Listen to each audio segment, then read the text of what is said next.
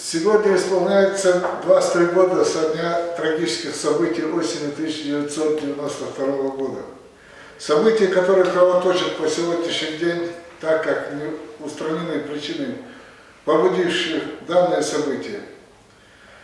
Не названы и не наказаны инициаторы и участники спланированной провокации.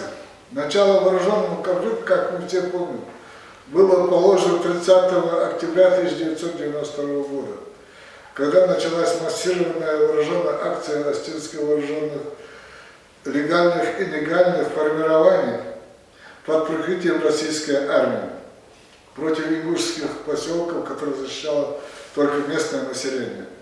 В течение нескольких дней происходило убийство, захват заложников, поджоги и разграбление ингушских домов. Завершившееся изгнанием ингушей из пригородного района и города Орджоникидзе. Таким изверским способом было депортировано свыше 60 тысяч жителей Северной Осетии ингушской национальности. Убито более 400 человек.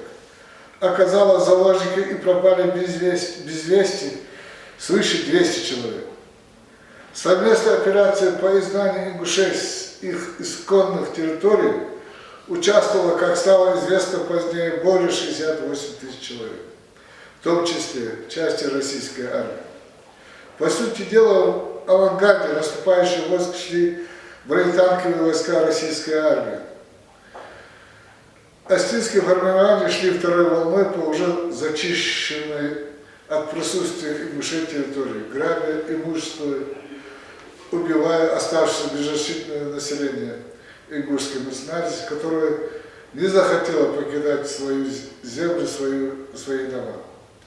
Какие же меры приняты властями за эти прошедшие 23 года по окончательному урегулированию конфликта, по устранению причин их возбудивших?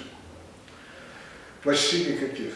Более того, в стране, которая именует себя демократической, до сих пор власти не могут добиться возвращения беженцев в некоторые населенные пункты, места своего прежнего проживания, а некоторые вообще закрыты. Не могут или не хотят.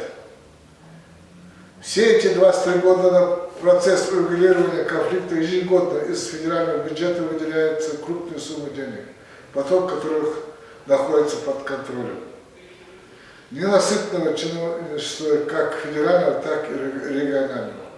Урегулирование превратило форму бизнеса, и ни под каким предлогом терять денежные средства, которые они успешно осваивают, ясное дело, не желают.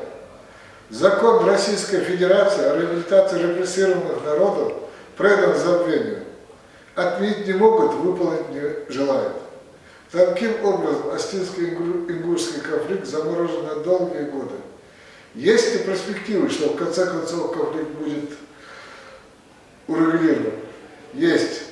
Родину родители, соседи не выбирают, хотим этого или нет. Нашим детям, внукам жить вместе на этой благословенной земле.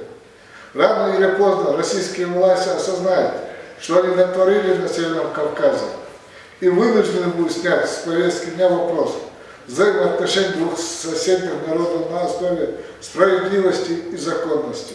Пригородный район, по сути дела, с момента принятия закона о реабилитации репрессированных народов, де-юре уже находится в составе ингушетии. Нужно только терпеливо, настойчиво, грамотно, целенаправленно добиваться выполнения властями России принятых российским же парламентом российских же законов.